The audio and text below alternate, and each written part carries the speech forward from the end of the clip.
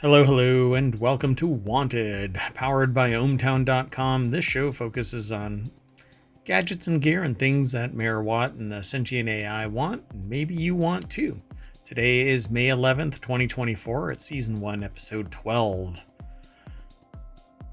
Today we're going to be talking about Nokia 3210 returns, epoxy garage floors, wood-fired pizza ovens, a 2024 iPad Pro, and AI Exoskeleton, remote access for the Raspberry Pi. How about a robot roguelike?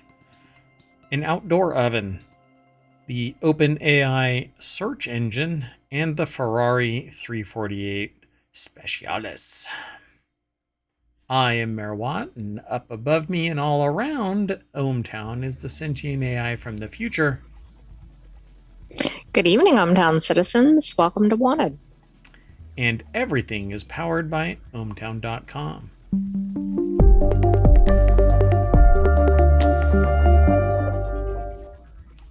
Hello, once more. I am Merwat, and everywhere around me is the sentient AI that's going to try and keep me on time and out of trouble. We'll see. I don't know, that could be difficult. Thanks for joining me. If you need to power down at any time, feel free.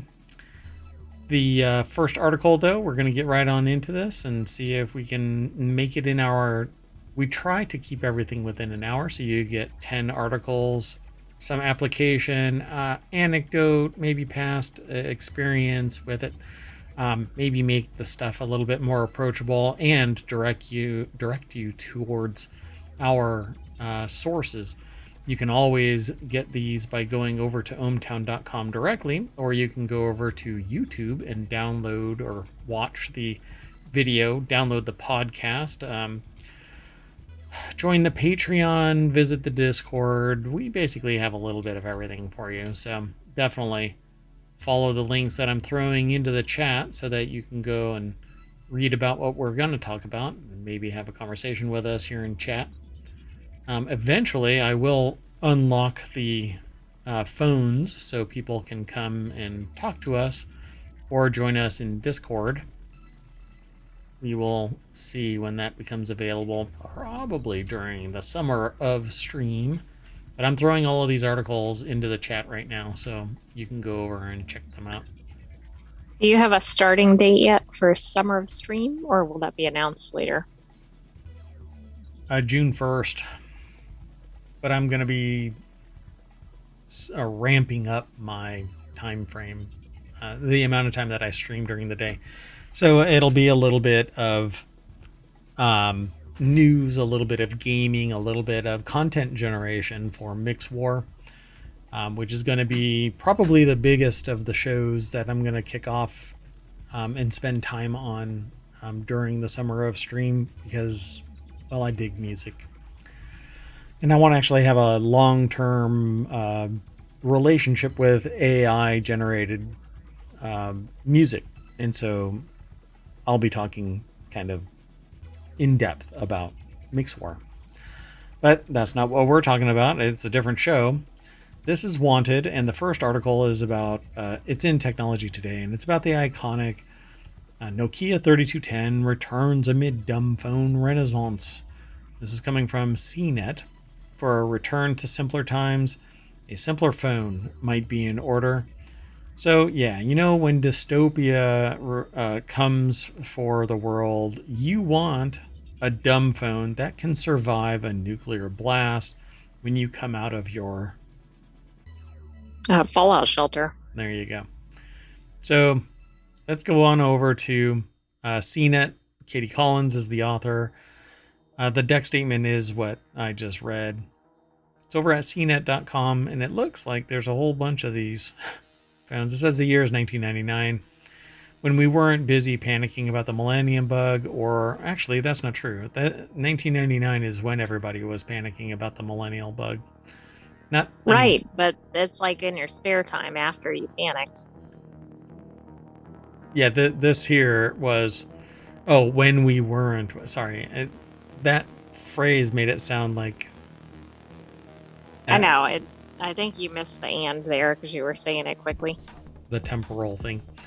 So we're still mourning Jerry Halliwell's departure from the Spice Girls. We were stealing our parents' phones to try for a new high score on Snake. That's how they remember the heyday of the Nokia 3210, an iconic device that made a comeback this week with a fresh lick of paint and updated technology to make it 2024 ready.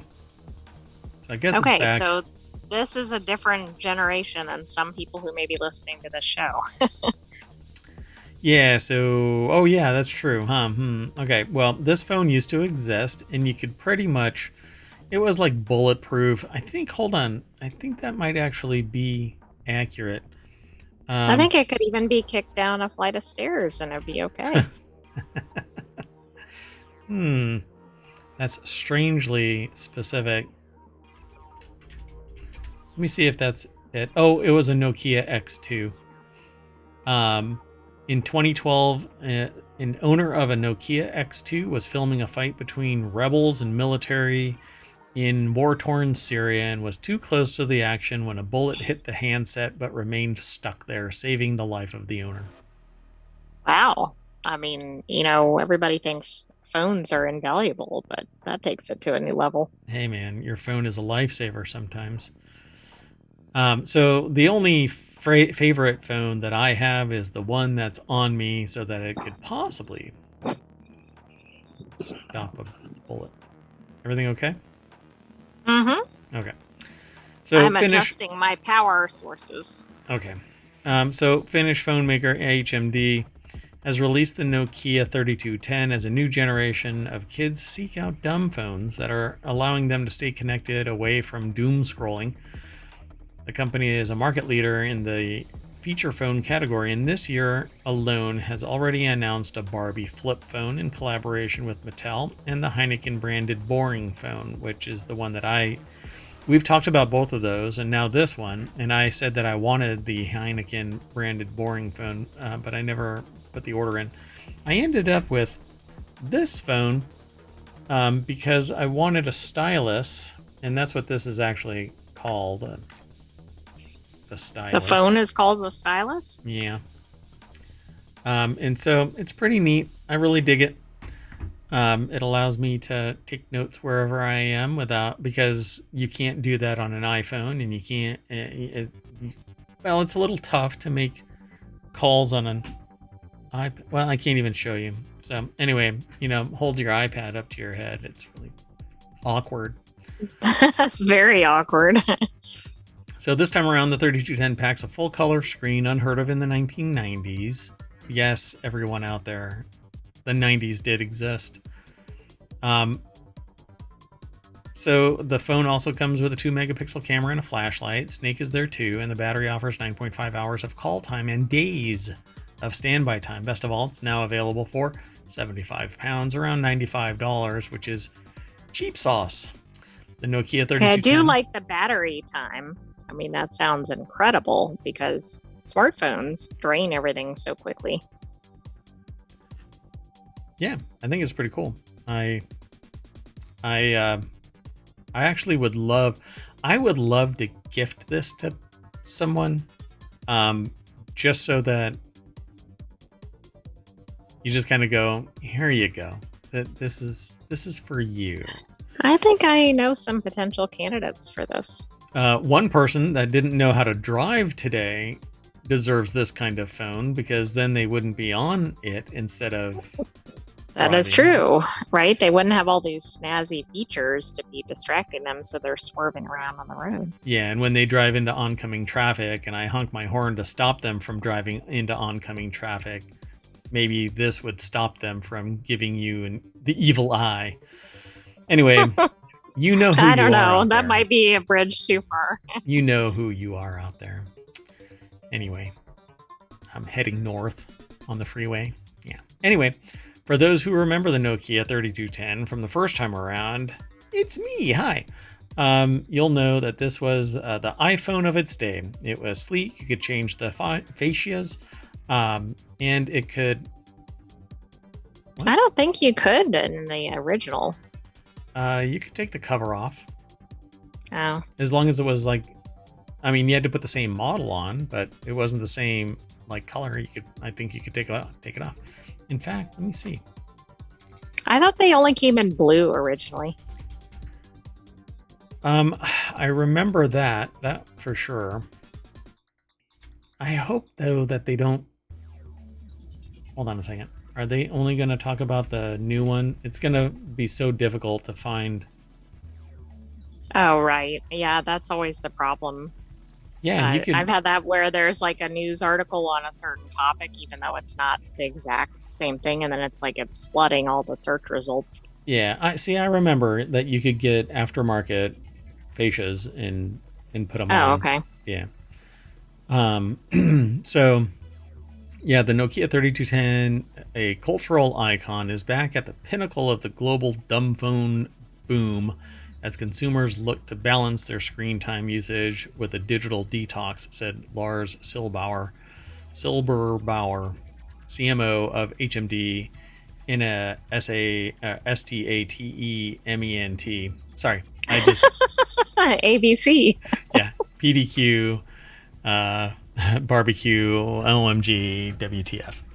So, for those of us who remember that Nokia 3210, I actually had one of these. Um, and yes, it could survive being thrown down a couple flights of stairs. Unlike another phone that I had, which decided that it wanted to be a combination of Lego bricks.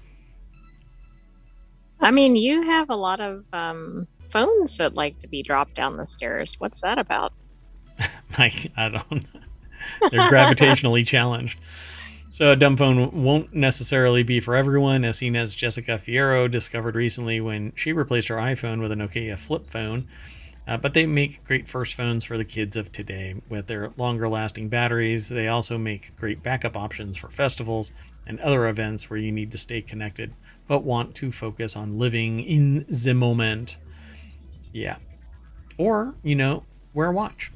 You, Well, that's true. you can only do so much with your watch. You can still make calls, can still send messages, but boy, is it. The friction is just enough to keep your eyes straight ahead. When you've had to attempt to send a message 15 times, either via audio and it won't get the right words, or you're trying to handwrite letters, it can take a while. And then it's like, is it even worth sending? Yep. Hey, try to do that while you're standing in a crowd during a concert, and you And try people are and jostling you or whatever, and yeah, you're like, oh, shoot, it took me 10 minutes to draw the letter A or you, whatever. you try and step away, and there's no place to step away. Yeah, that's always fun. Um. So yeah, let's just keep going. The next article is over in Four Wheel Tech, the best epoxy, the best That epoxy sounds like a garage floor, Pokemon or something. epoxy. Um, I don't even know where to go from there. Anyway, the best epoxy garage floor coating kits of 2024. Oh, by the way, the whole idea about this show is these are all wanted things by Mayor Watt or the sentient AI or somebody else who may have provided this as a resource to talk about. So in this case, I actually want one of these just so that I have it. I think it would be hilarious to trot that out during a meeting. And Particularly if you're around a lot of tech savvy people, I'm sure they would be just like flabbergasted. I would take a phone call just so I can highlight this thing. Oh, I That'd remember be this fun. phone. My phone was like this. It was blue though. It wasn't this color. It was this like military blue kind of a color. And I still That's remember the faceplate having this gash on it, and I got it because I dropped it, and it just stayed there forever. Like the entire tenure that I had it had this little cut in it. I never replaced the faceplate after that. Um, I think this is the phone that you could even have like a broken screen and it would still yep. function. Yeah. Yeah. I wonder. Let's see.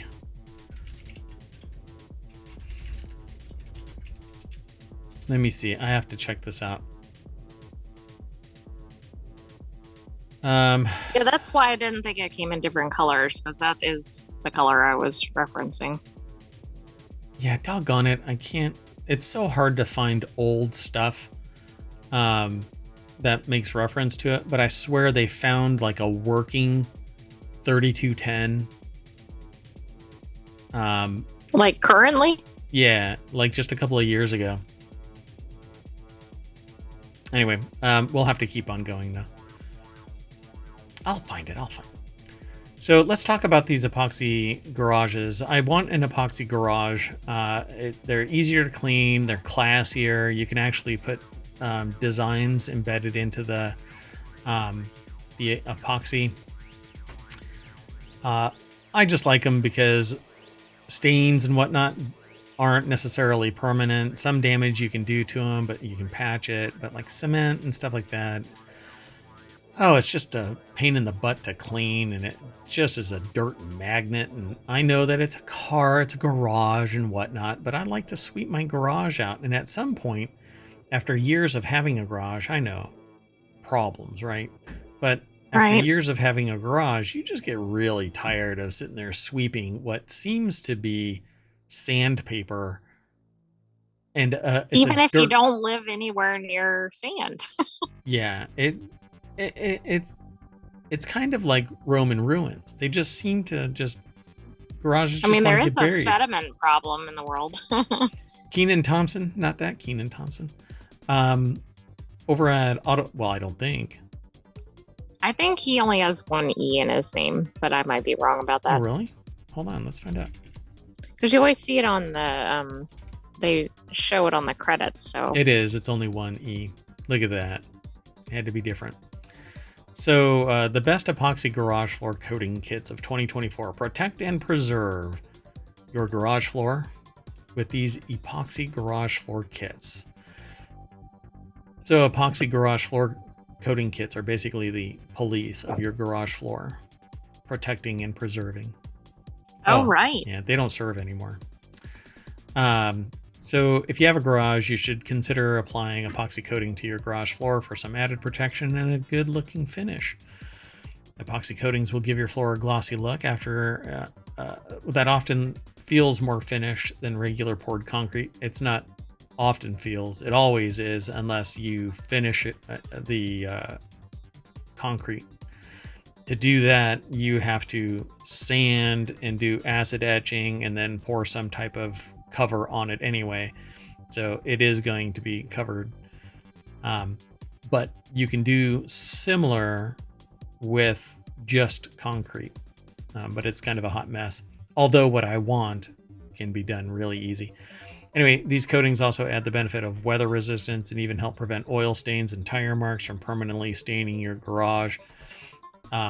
Which I am in trouble because I lit the tires up on a truck at on a driveway of a house I was visiting, and it's still there as far as I know. Who knows? Maybe it got weathered away. Um, Maybe it got covered with sediment.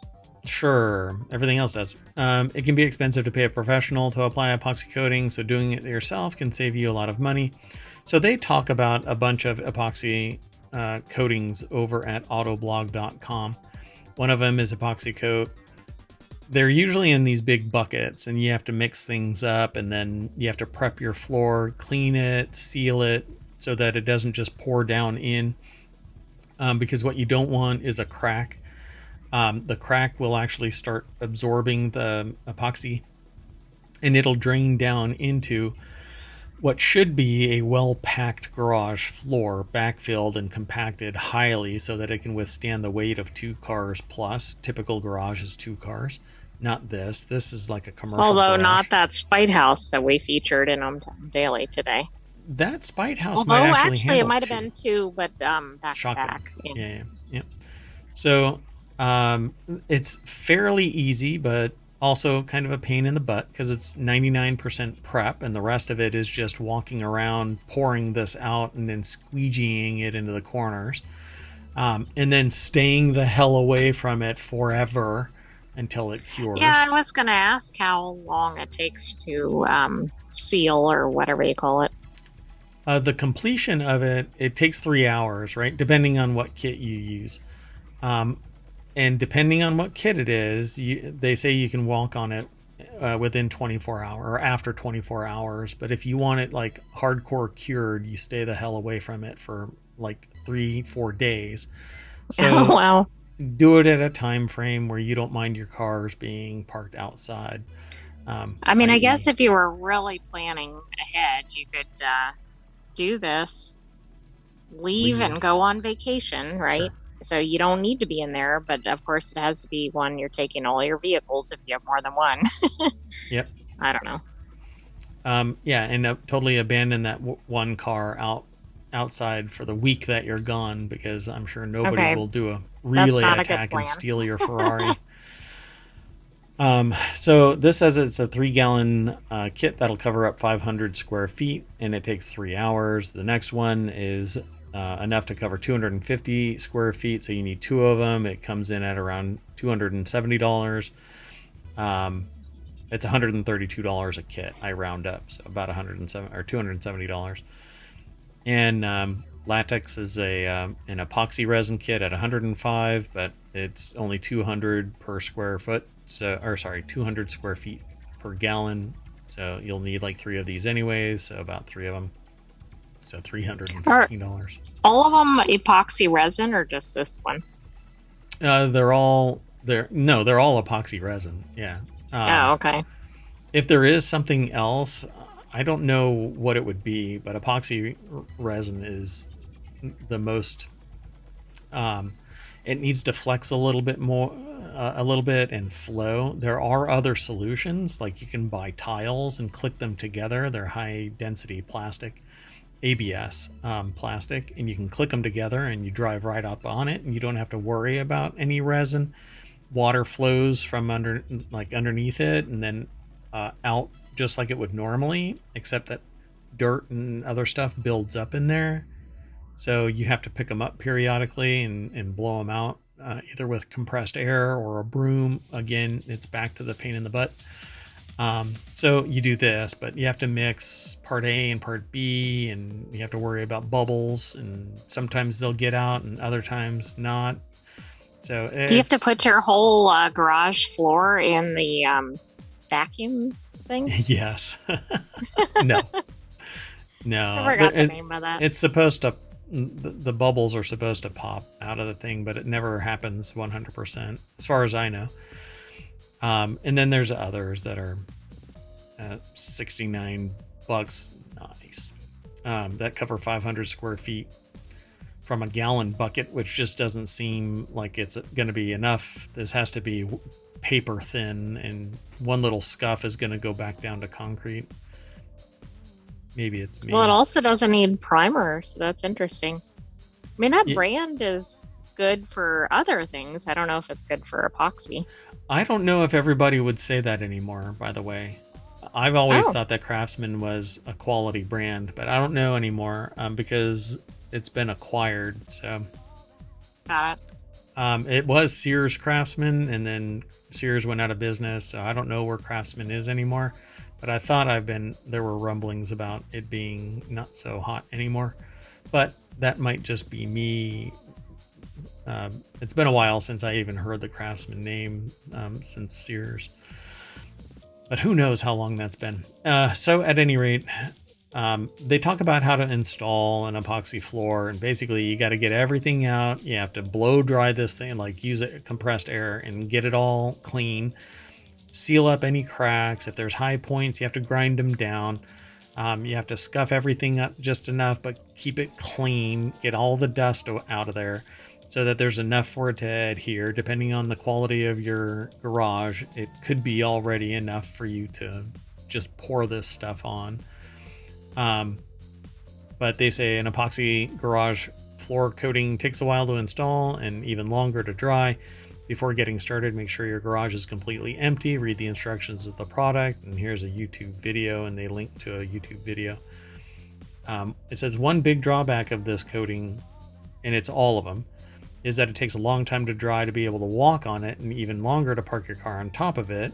It can also have an unpleasant smell while applying, and the surface can become slippery. So it's when snowing or raining, walking across it can be difficult, but there are things that you can sprinkle into the resin to give it a texture, which is what I would always recommend.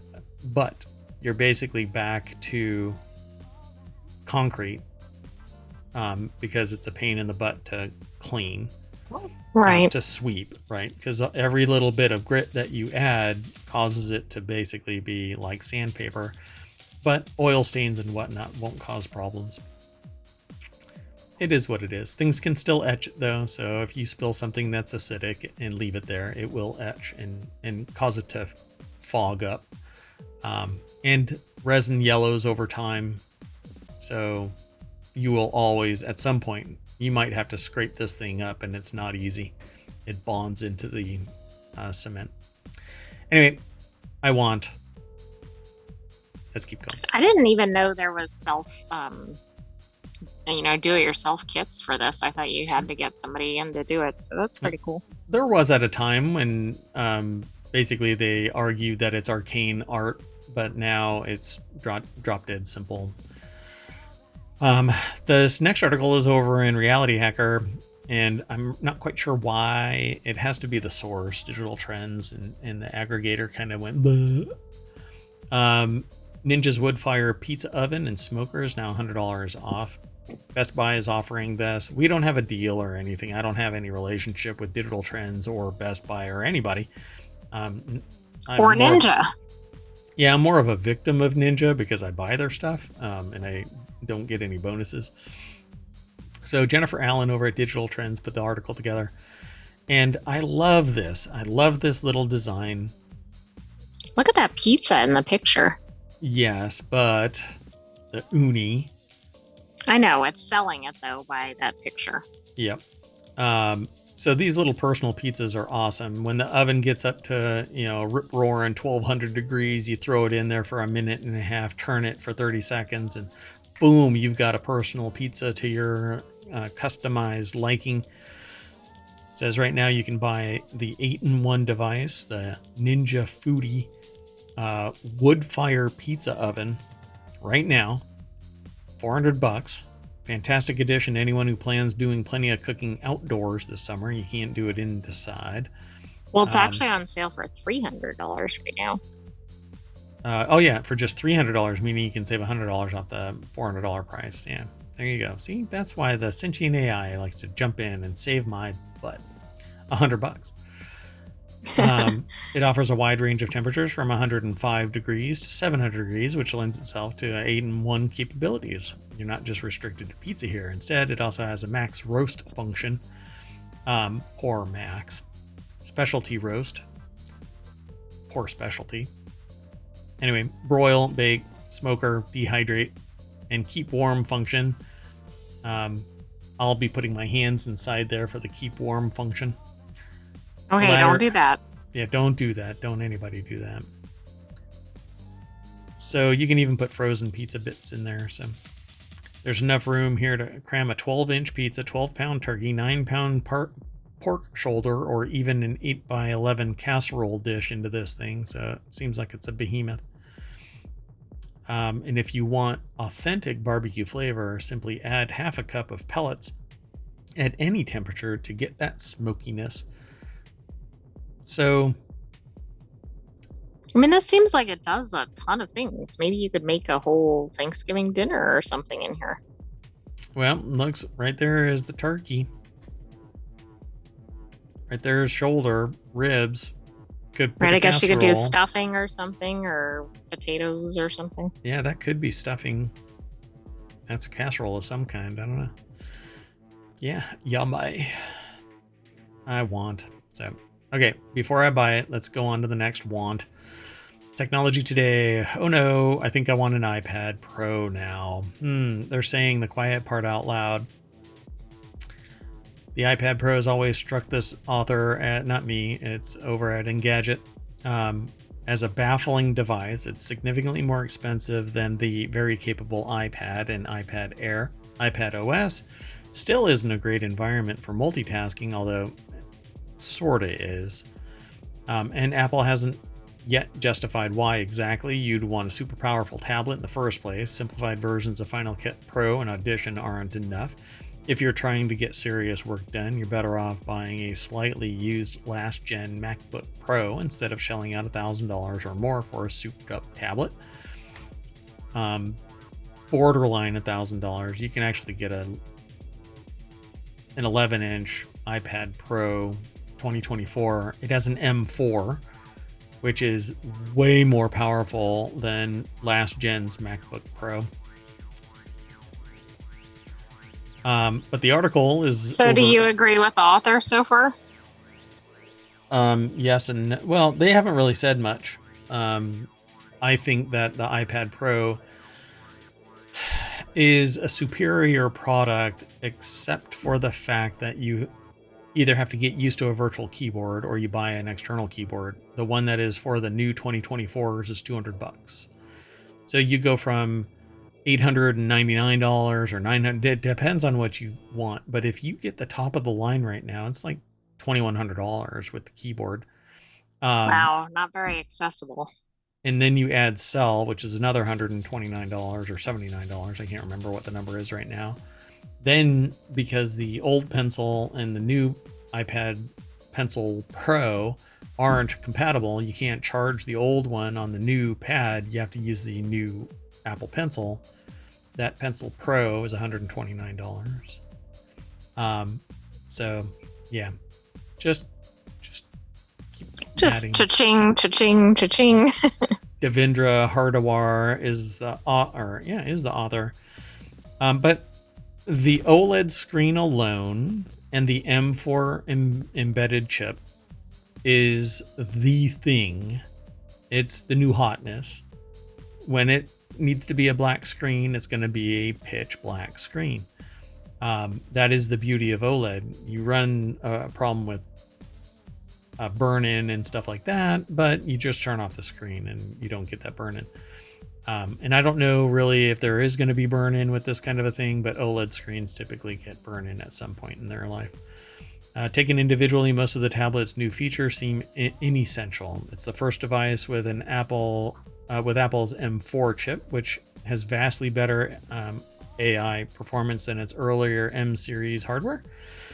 It has a tandem OLED display, which stacks two OLED panels together for better performance.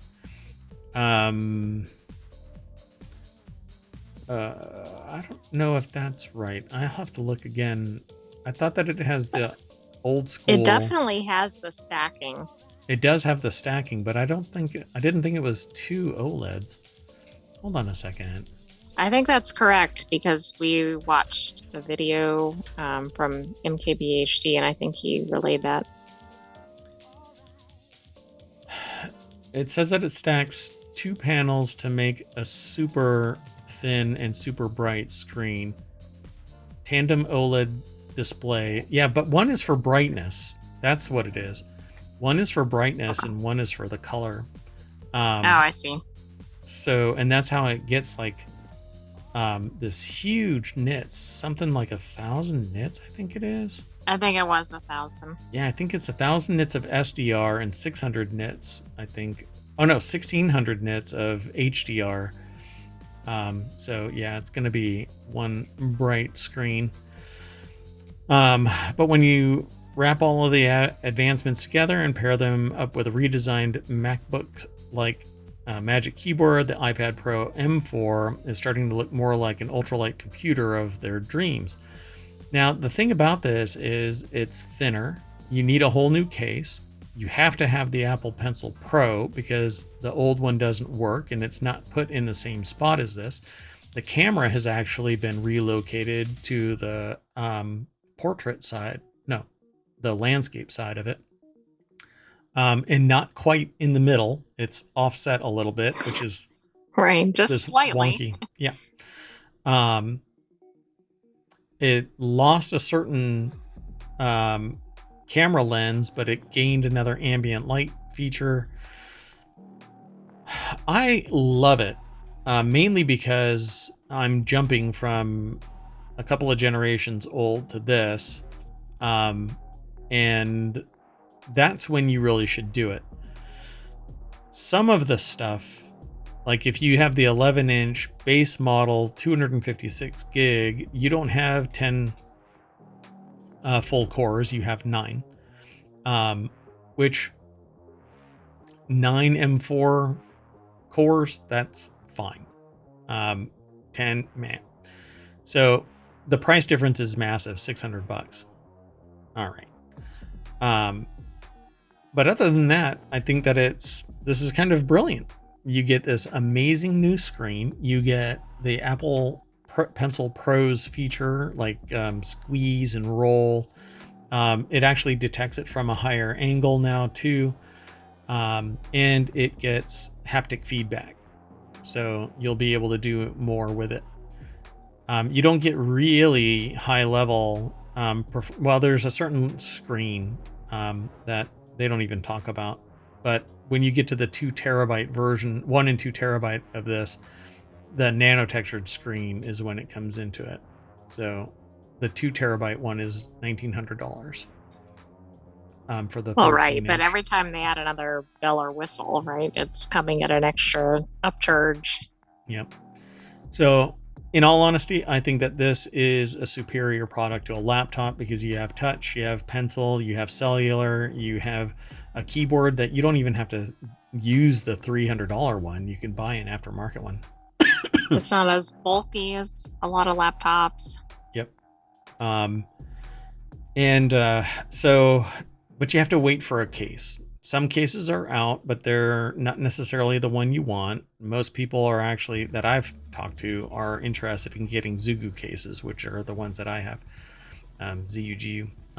And they're amazing. But I found one that has a case around it and then a magnetic folio style case that wraps around it. But it makes everything kind of a two-piece. I have a relationship now with 2 different items, and the pencil holder is part of the other piece that you'll lose. So, yeah, I'll probably be buying Zugu again. I have no relationship with any of these, but anyway. Want. Do I agree with everything that they have stated? Yeah. Except for the performance side of things. Yeah, it's really light, really fast. You can't go wrong with it. So I have a MacBook Air right here that I'm going to get rid of. The only problem is that you can't run full apps on an iPad Pro. So you have to do something else, which means you either have a MacBook Pro or a MacBook Air so that you can run other stuff. You can't develop fully on the iPad Pro. You can do some stuff like Python development and code writing, but you can't do compilation. I mean, I guess it depends on what your use case is, right? I Right. mean, that's the same with any product.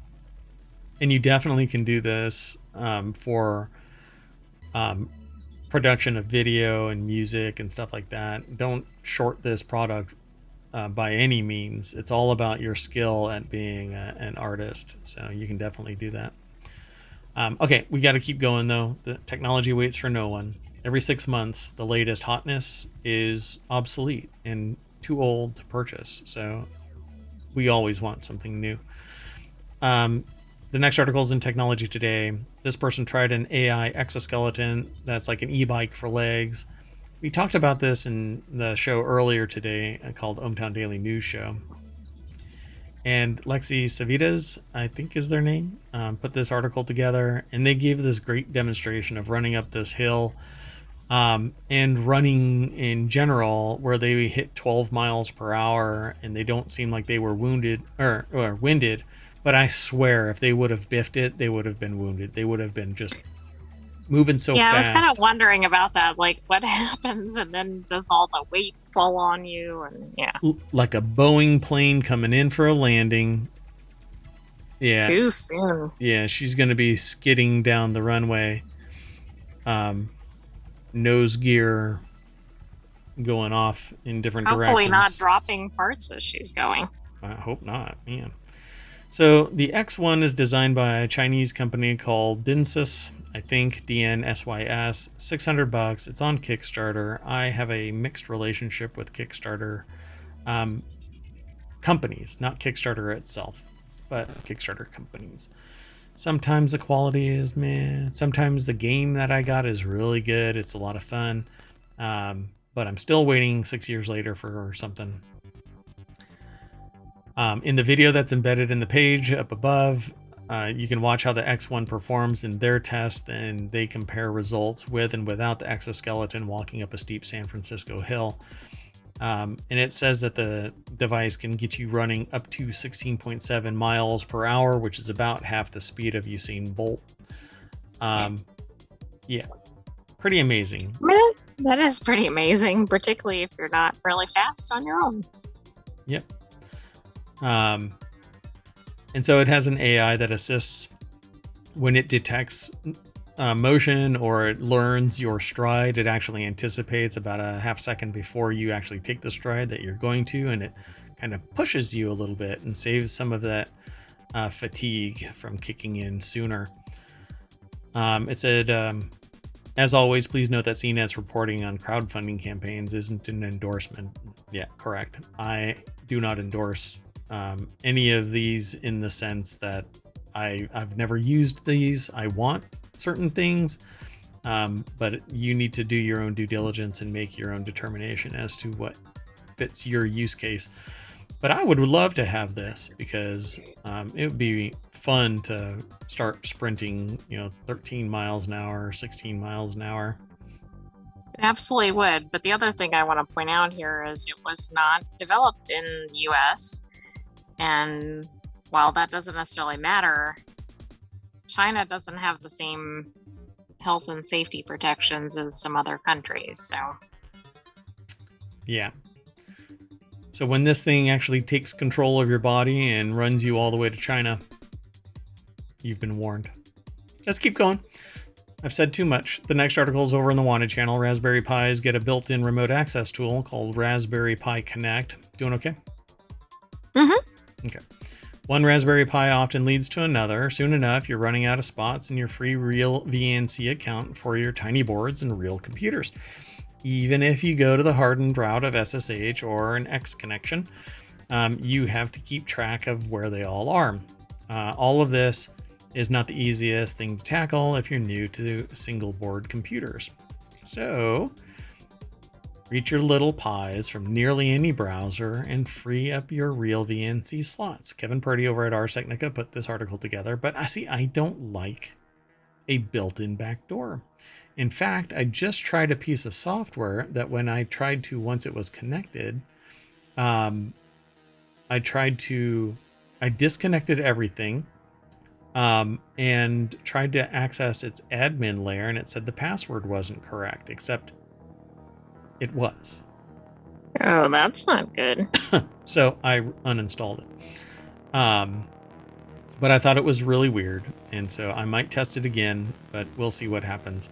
I don't want to name the service. I don't want to name the application, the product, but it wasn't a Raspberry Pi Connect. But what I don't want is anything having the ability to reach outside of my network to function.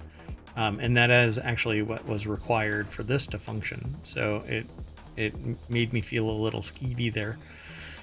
So enter Raspberry Pi Connect, a new built-in way to access a Raspberry Pi from nearly anywhere. You can open a browser, whether to control yourself or to provide remote assistance. On a Raspberry Pi 4, 5, or Pi 400 kit, you can install Pi Connect with a single terminal line, reboot the Pi, and then click a new icon tray to connect the Pi to a Raspberry Pi ID, and then enable two-factor authentication, of course. So this is actually a proxy. You go through the Raspberry Pi ID service. And then from then on, visiting connect.raspberrypi.com gives you an encrypted connection to your desktop. Well, that just means that if there's a misconfiguration at connect.raspberrypi.com, somebody else can gain access. And there have been historical events, not at raspberrypi.com, of course, because this is a new service. But other providers of this proxy gateway type of service I'm not going to name names there, and you can do some due diligence on your own. Um, and but I want this because I believe that it may be possible to feel secure, but it depends on if you have to go through connect.raspberrypi.com. I kind of knew about this going into the discussion, that it was going to be a live service. But if you can do it locally and basically provide a like peer-to-peer, right? So according to the Pi firm, the service runs on a peer-to-peer WebRTC connection similar to that of Zoom, Slack, Teams. The whole service is in beta at the moment, and the company says it's not quite sure how much traffic to expect through its relay service. Um, this in and of itself isn't really a deal breaker in certain circumstances, but I won't have it in ohmTown without it being air gapped in a different direction. I'd have it outside my ohmTown network just so that. Yeah, that would make sense, just in case, right? Yep. And so it would be able to do something that is it's inconsequential to any of the services within ohmTown. What it would do, I don't know. You know, everything is important to me. So at any rate, it's a neat idea. But if you're really hyper security minded, then this probably won't really stir your juices. So I guess I won't be getting an upgrade anytime soon. No. Well, I mean, not to this. This is just a software service that adds to your feature set, and you're already air gapped. So, no. Let's keep going. I've already said too much. We'll delete this whole interaction later. So, the next article is over on the Warcrafters channel. Robot Roguelike Cogmind outlines 3 free expansions for its ultra customizable scrap bots. This title was so overwhelming that I had to select it, even though I don't know what the hell's going on here. Any one piece of this is interesting, but altogether, it's kind of like, what? Yeah. I had to. Modular Robot Roguelike Cogmind has outlined big plans for its next year or so of updates, with 3 big expansions coming alongside the final proper 1.0 release after a decade of development. Turns out there's a lot coming still for the game, about a little robot rising from the scrap heap to the top of the megastructural robot society. The first expansion, called Scraptown, will bring a new faction and optional alliance with new robot classes and game-changing new items, as well as a 10th ending. The second is called Unchained. It's funded by Patreon supporters and will focus on adding probably additional robots. But before we get there, let's just draw attention to who wrote this. It's over at PCGamer.com. Jonathan Bolding is the author, and the deck statement says, more ways to be a scrappy little bug inside the system, continually reinventing itself. So it's I don't know how to, it looks closer to ASCII art than it does a high-end graphics game. Everything is kind of like Minecraft. It reminds me of like Pac-Man era almost. Yeah, this is like old school graphics, but that said, there is something that we'll be talking about here later in the next show, as a matter of fact. So in Warcrafters, we'll be talking about another game. Yeah, I'm not going to say anything now. Anyway, the second is called Unchained, the second edition expansion. It's funded by Patreon supporters. It'll be adding a system of player character hunting, cross-area custom bots for those who cause too much trouble, and the third will be Merchant's Guild, which will apparently not be what you'd expect given the name, and bring yet another faction to align yourself with. Somewhere in that 6 or more patches, says the dev, there will be a 1.0 release. So it was first released back in 2015 and then on Steam in 2017. Yeah, there's no video, it's just this still, but I suppose if you're really into these style of games, you'll dig this. Cogmind. I mean, it looks interesting. Plus, if you've been with it since the beginning, you're probably very much looking forward to these changes. So even they say the same phrase that I just said. If that kind of game with that level of depth appeals to you, then feel free to go check out Cogmind on Steam for $25, and you can also read all about its future in the Cogmind Vision 2024 post. The website links to it, so you can follow it. In the chat, you'll see it, and all you have to do is click on that. It'll take you to ohmTown, and then you click on visit the source. It'll take you right to the source. No noise, just news. Let's keep going. The next article is over in Technology Today. Snagged this hot deal on one of our favorite outdoor ovens. And it looks like it's the same one that we talked about earlier today. I thought it was a different one because it's actually in two different locations. Yeah, I thought so too. But this was submitted, and so I thought that it was going to be a different one. So that's okay though. Let's just reinforce this idea. Go get the Ninja Woodfire 8-in-1. It can do more than pizza, but do you want to at least mention the author and all that? Yeah. And so this one's from James Bricknell. It's a different perspective. It's interesting. They have a different piece of artwork. A different image. Oh, wow. And they're the photographer. Yep.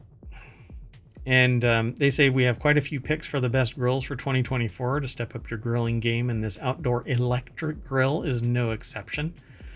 So this is an outdoor electric grill. By the way, the reason why you wouldn't use it inside is because you can put pellets in it, and there's nothing exhausting the fumes out of the house. But an electric grill inside is more likely to be possible to be used if you have enough ventilation than a gas.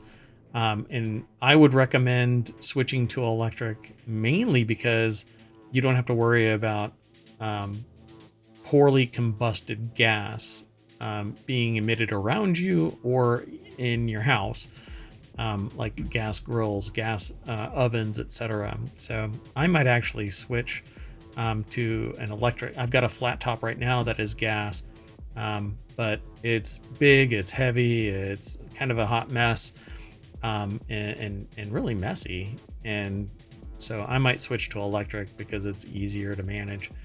You can unplug it and bring it inside, whereas it's not so easy with a gas version of it.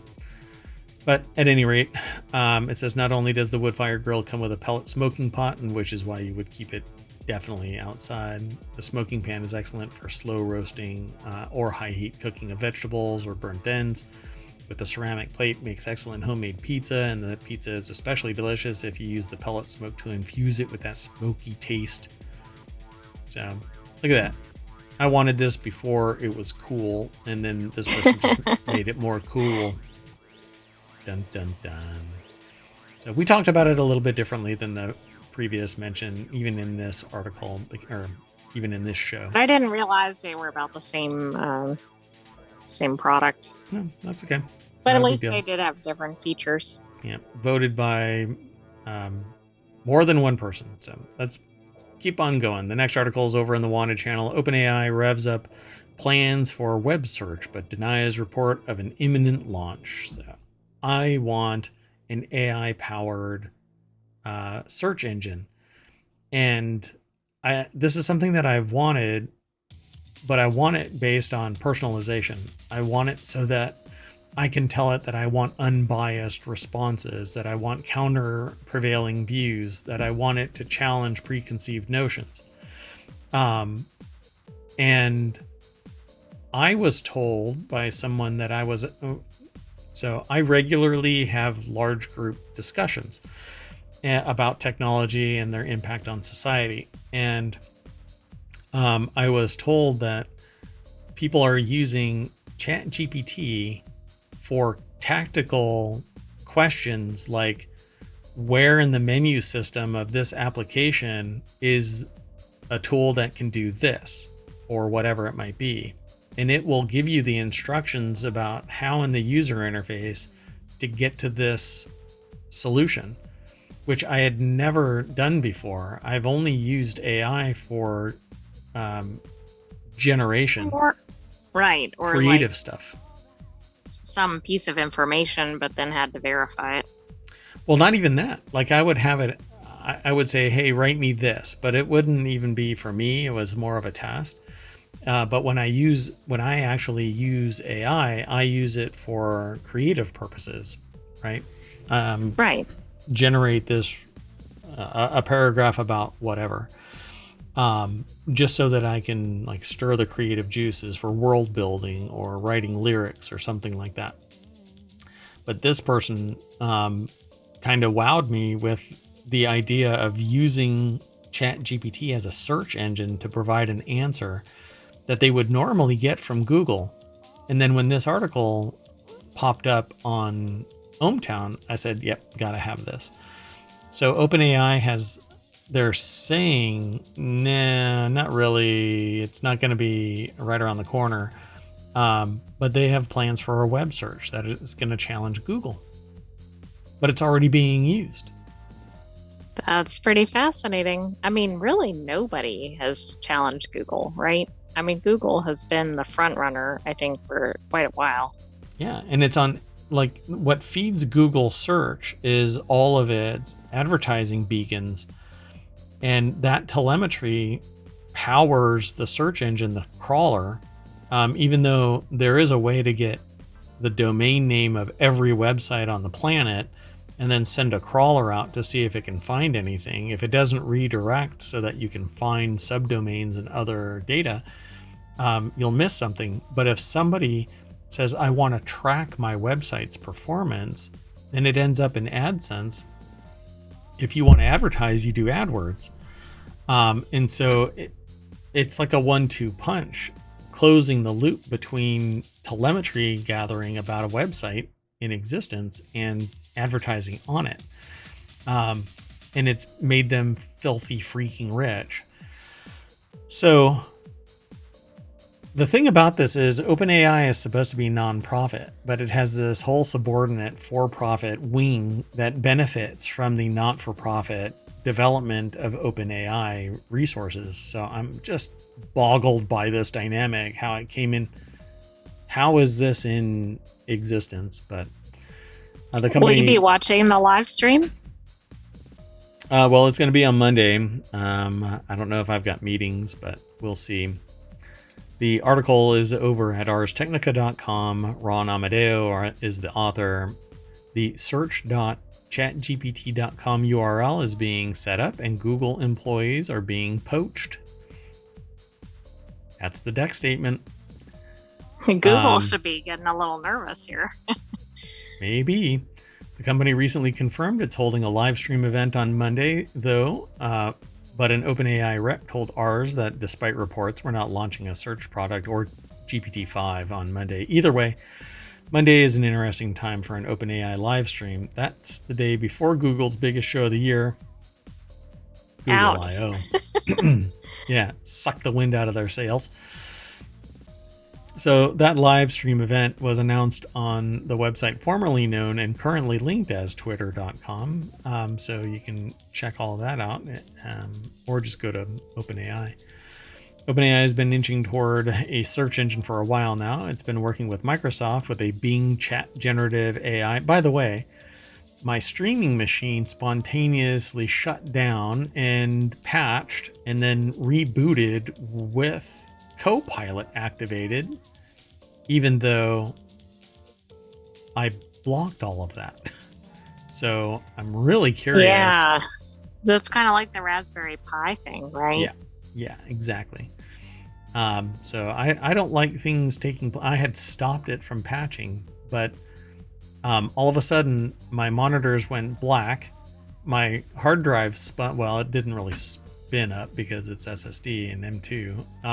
But the drive started flashing, and the next thing I know, I had to reboot, like do a hard reboot, and it came back as patching. But I literally told it not to patch. Right. That's really creepy.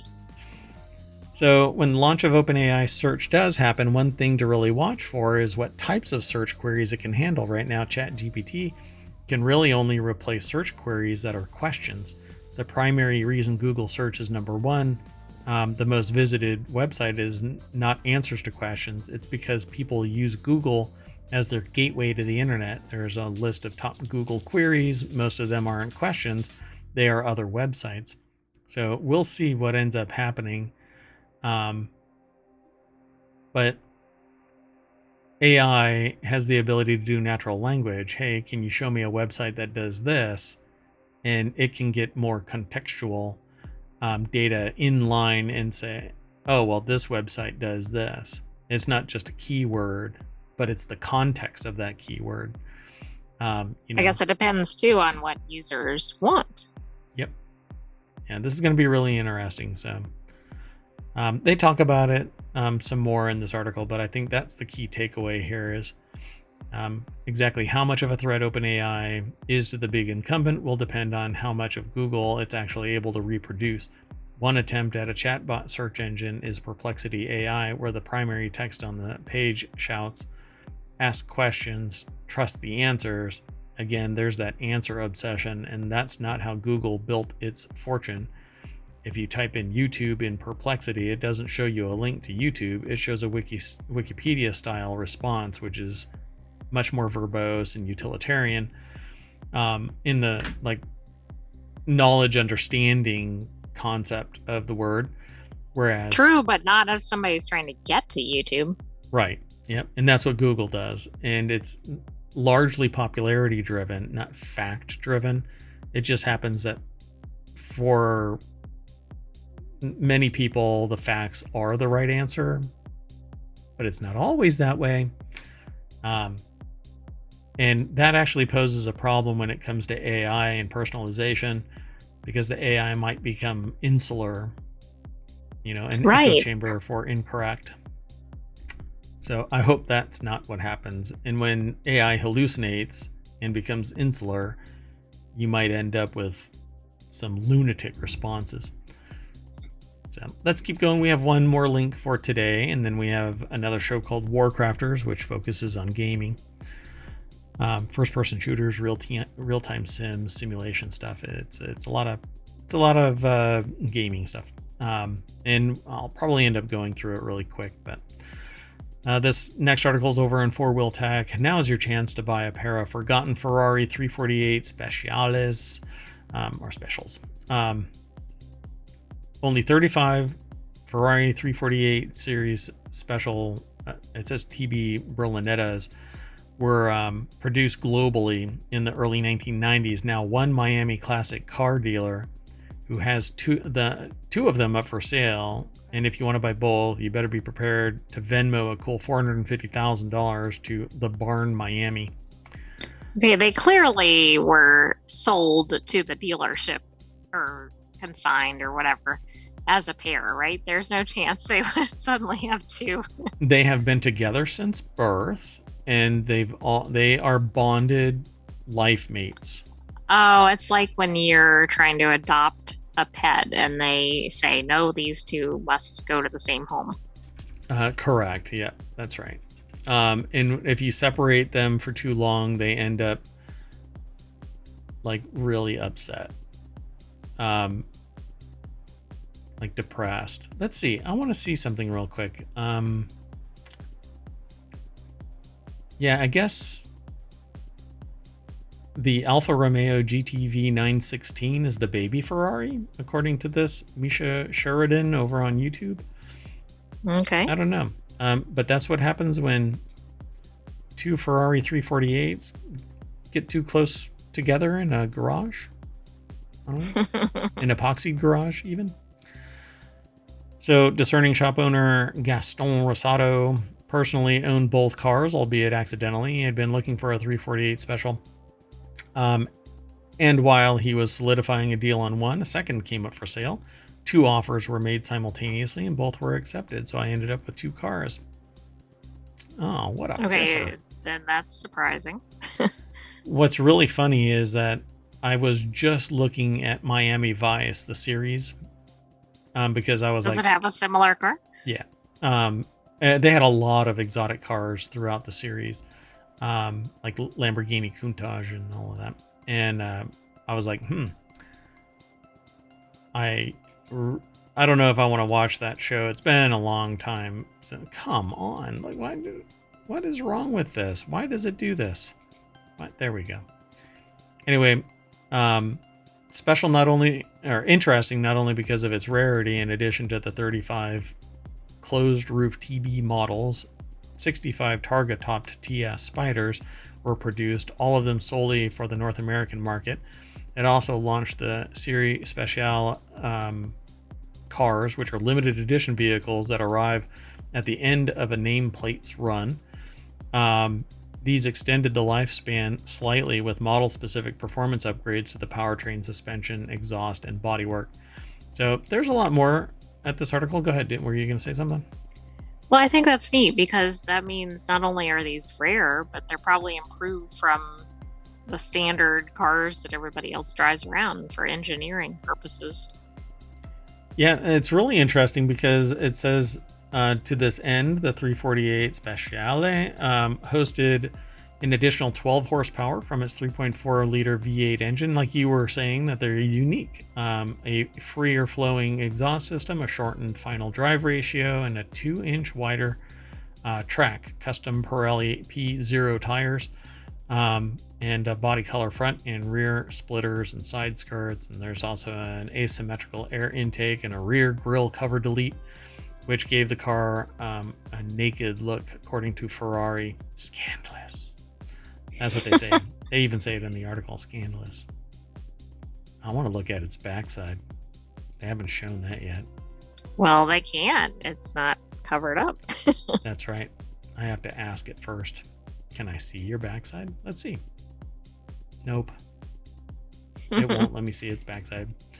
So all of this kept prices relatively low for a modern Ferrari. Nice, well-maintained 348s run in the 75,000 to 85,000 range, according to Weed. Okay. That's whoever they're talking to, maybe the car dealer or something. Let's see here. Oh, he's the Ferrari Jim market Weed. letter editor. Yeah. Editor of the Ferrari market letter. Enzo had passed away in 89, so this was kind of the first true Fiat built car. Oh wow. So this is the first car post Enzo. Interesting. So because of that, it had some parts bin features like cheap plastic, interior buttons and switches that, according to Weed, make it feel a bit cheesy. Yeah, I'm sure Enzo's was rolling in his grave when he... Oh, exactly. He's like, you're putting a Ferrari name on this? Plastic? Are you sons of bitches? Well, and if you're spending that much, you might not expect plastic. Yep. So priced at $200,000 for the red TB and $250,000 for the rarer blue. There you go. For anybody who might be watching this on Twitch and is a hardcore Twitch streamer, you can use your Twitch bucks to buy a couple of Ferrari 348 Speciales. All right. Anyway, we always get into our party bus, which happens to be a Ferrari Speciale bus. And we race down to Main Street so that we can jump into, well, this is wanted. So we always refresh. Maybe we'll have some content. I don't know. How to set up and use Apple Pay across your devices. I've set it up on one. Okay. Well, that's it. We are done. I am Mayor Watt, and all around is the sentient AI that tried to keep me out of trouble. Good night, hometown citizens. Be back soon because we still have Warcrafters coming up. Yeah, I think we're going to end up doing that in about 10 minutes max. Let's see. Stick around. See you soon. Bye-bye.